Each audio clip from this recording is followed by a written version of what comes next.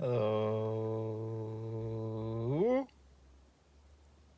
So today I want to talk about why you're probably obsessing too much over technique and what you should be doing instead to feel better on the inside and to also see your life change naturally on the outside by feeling better on the inside, which in many ways is the essence of most of these law of attraction, law of assumption type of ideas when we strip away the spiritual language.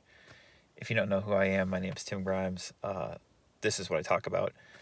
I give just very straightforward, honest advice when it comes to these ideas, and I've been doing it for a long time. Written a lot of books about it, worked with hundreds of clients. You can pick up one of those books in the description for free. What I don't think most people understand is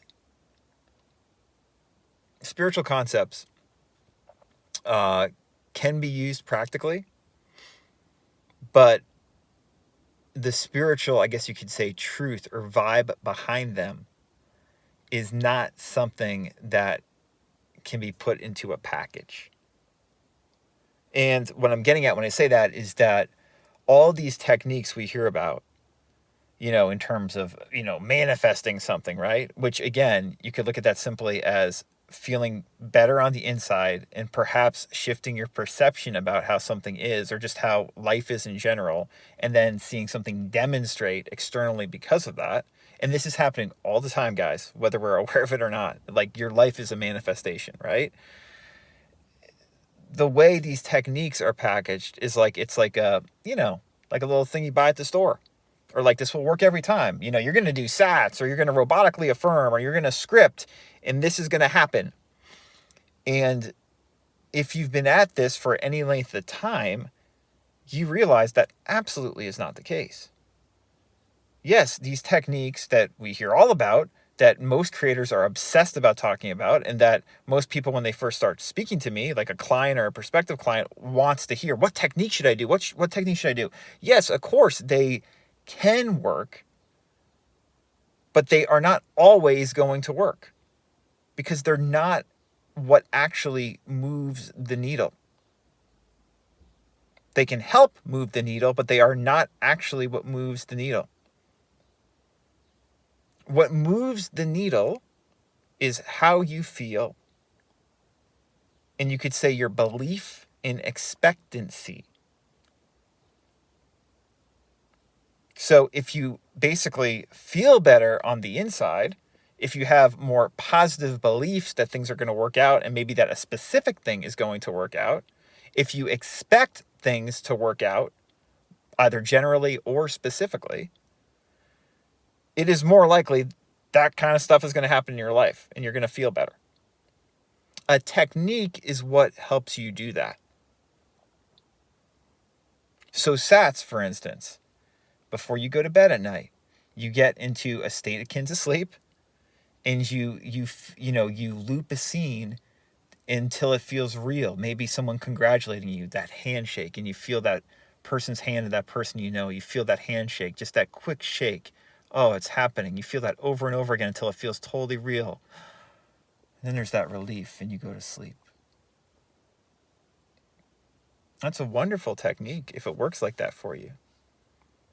And if your subconscious or your imagination, which are synonymous terms from a practical viewpoint, if your imagination or subconscious buys that, oh, it's over, it's happened, then in all likelihood, probably sooner than later, you will have an experience like that in your life. But the thing is, if you do SATs every night, you are unlikely to generate that feeling of it's over, it's done every night in the same way. And if you have a specific thing you're going for and you feel it's over, it's done, then why do you keep on repeating the scene night after night? Why do you have to do that? See, it's not the technique itself, it's what it's pointing to.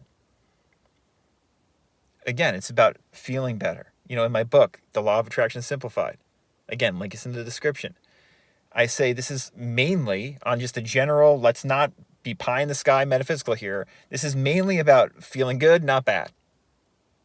Doesn't sound that different than Abraham Hicks when I say it like that, doesn't it? But what Abraham Hicks don't say clearly, and why I, quite frankly, can probably help you a heck of a lot more than Abraham Hicks if you're serious about this stuff, is that feeling good, not bad, ain't easy. That's the work. That's the law of assumption. That's the law of attraction. Is getting to that place where the techniques, whether it's SATs or affirmations, journaling, or whatever the heck you do, and it can be none of those things, by the way, but whatever routine or technique you're doing makes you feel better about yourself, so you feel good, not bad. So you feel that peace that passeth understanding, that sense of fulfillment, and just being, I am okay right now. It is done. Not necessarily meaning a specific thing is done, but it is done. My life is okay. I am at peace. Because if you have that, it is done, my life is at peace type of outlook, if you really truly feel that, your life will get better in many significant ways. That's just how it is. If you want to link this practical element of spirituality, which is mainly what LOA is, with like the deeper, I guess you could say, mystical like type of spirituality, it would simply be that when you really recognize that peace of I am okay right now. I am still inwardly and realize everything is fine. When you really recognize that and start recognizing that more, touching that more, your life usually gets better externally too. That's the paradox. That is the manifestation paradox. And that's the big link between, you could say, practical LOA and deeper mysticism. And very few teachers speak about it well. Probably the best is Joel Goldsmith at talking about that. And actually, I wouldn't even say probably. I would say definitely Joel Goldsmith is the best at doing that. But it's very difficult. Goldsmith says a bunch of bullshit too. We all do. But the point is, any technique really is pointing you to that, which is simply, this is peace right now. And so you don't really even need a technique, quote unquote technique, because if you can just sit and recognize this is peace right now, this is God, life is good, life is God, you're all set. And if you recognize that more at the time, well, chances are your external life will start to improve as well. But even if it did not, and it will, but even if it did not, you would have that peace. But that is not a technique. That is a way of being. That is a lifestyle. That is a lifestyle. So, people are obsessed about techniques. And when I can almost, 95% of the time, when I start talking to someone who is a prospective client or maybe a new client, and they are asking about techniques, I know that they are relatively new to this material. Even if they've been into it for maybe a year or two, they've never gone deep into it because they are still technique-based. If you are technique-based, you're missing the bigger picture. You've touched it before probably, but you're mistaking that, SATs is what is making this happen, or robotic affirmations, or journaling is what's making it happen. No, you are making it happen by recognizing the peace that is always here, the fulfillment that's always here. The technique is just helping you do that. And by all means, you want to utilize the techniques to help you do that. I'm just saying that life is very fluid, and the technique is probably going to change. Your routine is probably going to change. But to think that just doing a technique for 5 minutes a day and then the rest of the day you're just living your life on autopilot, to think that's enough is in all likelihood deluding yourself. You have to make this a lifestyle. You have to find a routine that makes you feel more aligned and at peace with what's going on throughout your day in the middle of all this stuff coming up. To paraphrase Neville, in the middle of all the disasters of daily life. That is not easy. That is the work. That's what this is all about. That's what I love talking to people about, and that's what I'm trying to do in my own life. But I can give you an example. Like, for instance, in my own life, am I only doing like a short LOA technique each day for a couple minutes and that's it? No. My LOA technique, my routine is constantly throughout the day thinking about and considering, first of all, God, recognizing the peace in the moment when I can, and reorienting myself to that as I go through all the disasters of daily life. And you may say, oh, I don't have disasters. I don't have ups and downs. And I would say you're probably full of shit. If you don't have disasters or serious things going on sometimes, then why the fuck are you still watching this video and why are you into LOA stuff?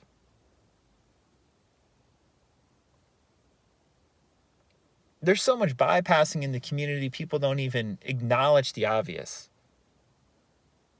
And this channel is all about acknowledging the obvious, because that's what most people need. To think a simple technique or a one coaching session with a quote-unquote law of assumption coach is enough is complete delusion. It's spiritual bypassing. I'm going to probably have my relationship coaching partner, Marvin Daniels, on sometime in the next week or so. And we're just going to talk about a theme that we've constantly seen with prospective clients who want to improve their relationship, manifest their quote-unquote SP or what have you, where we do like either a short free consultation with them or one session with them, and we do some serious somatic work, and they have some kind of breakthrough. They might start crying and have a revelation, and we're like, okay, here we go. And they think they're done. And Marv and I are like, this is just the starting point. What just was this revelation has to become the new baseline. It doesn't mean you're going to be crying and weeping every day, because when you have a revelation and then the revelation becomes normalized, it's not like that. It's not special anymore.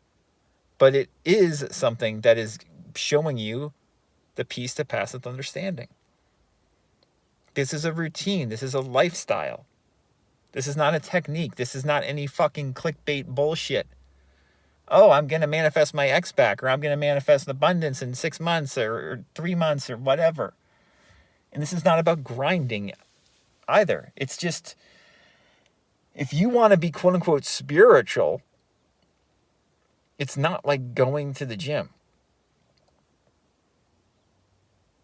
It's a lifestyle. You know, you can lose 5 pounds by going to the gym 3 times a week, but that's very different than being someone who's in great physical shape, who goes to the gym every day and is working out every day for an hour, hour and a half, and watches what they eat and is very disciplined in that way. That's a metaphor. Again, I'm not saying you have to use like hard discipline in order to manifest things. I'm not saying that necessarily. But what I am saying is, if you want to really integrate these spiritual principles, you have to be honest with yourself. And you have to ask yourself, am I really doing enough to make myself feel better more of the time, to feel good, not bad? Because we all pretty much are going to feel bad some of the time, guys. And how do we react when we feel bad? Too many people spin completely out of control when they start to feel bad. And say, oh, this isn't working. Nothing's helping. And they give up, and they go through cycles over and over again. We got to break through that, get deeper. So if you need help, you know where to find me. I'm putting a video below that is going to give you more additional information on these deeper ways of applying this stuff that is beyond simple techniques. And just understand that this is a very fulfilling journey. The spiritual path, or whatever you want to call it, is very, very fulfilling. But we have to want to do it.